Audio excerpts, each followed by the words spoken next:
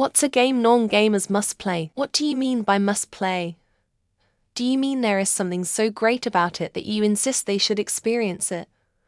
Or are you saying the game is so accessible that a non-gamer will enjoy it? So ignoring mobile phone games, which I feel like specifically cater to people who might not normally play games, I would say the classic answer is Tetris. Simple to play, easy to learn, and addicting.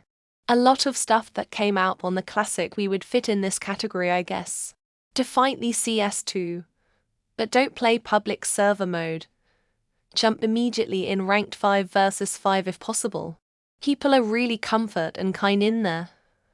They help you on every step you make. No toxic kids. No angry Mideastans shouting at you for nothing. When I'm playing CS2, I always have that feeling like I've met Jesus in the kingdom of heaven and he surrounded me with love and caring. Thank me later, my friend, for this wonderful choice of game. I wouldn't say must play, but DD or other tabletop RPGs are nothing like computer games or board games, and a lot of people who don't like the other two do like tabletop RPGs. I think this is because it isn't competitive, and you don't play to win. It is also based around imagination, conversation, and improv, unlike most other games, so it is easy to recommend to non-gaming theater types. Fallout 4. After you leave the vault, there's a billion different ways you can play the game, so it probably appeals to a larger audience. Plus, with the fan-made mods, you can customize the game to your liking even more. It's the perfect open-world game. I've played for years and haven't even finished the main story yet. Star Fox 64. Easy to pick up, moderate to control, difficult to master. Great story characters with memorable moments. It is a timeless classic like all the greats that Nintendo produced in the late 90s. Spiritfarer. I don't consider myself to be emotional, but holy crap did this game make me feel things. I've never cried so much, but it's a different kind of crying. This game is absolutely a masterpiece. The entire Myst series, if for nothing more than taking in the beautiful landscapes in some scenes. In a similar vein, Quan Undying Thoughts and DS to Landmark Edition. What Remains of Edith Finch. My mum loved the game.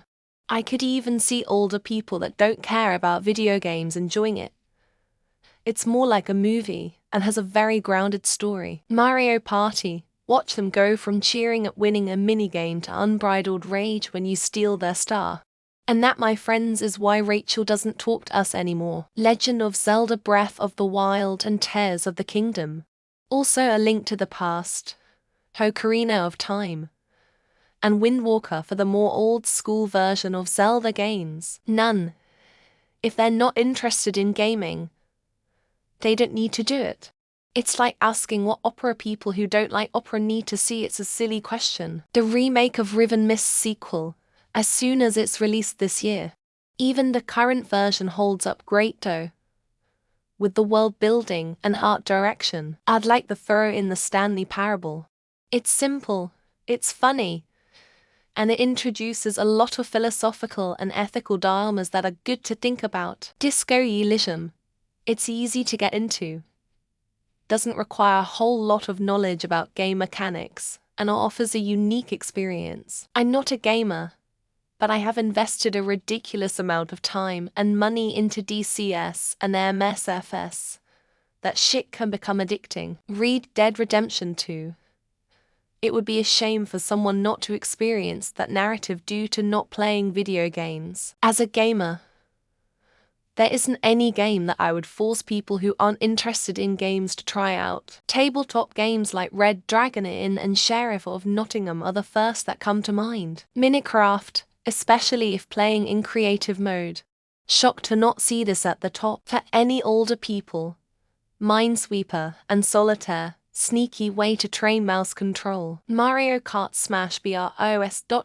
as a rite of passage while hanging out with frat brothers. The Witcher 3, because when the wind's howling, everyone should listen. Portal 2, Mario Kart on Wii, and maybe COD on an internal network. Soma stands out in memory as an existential type experience. Stray. It's a cool, short, and sweet intro into gaming IMO.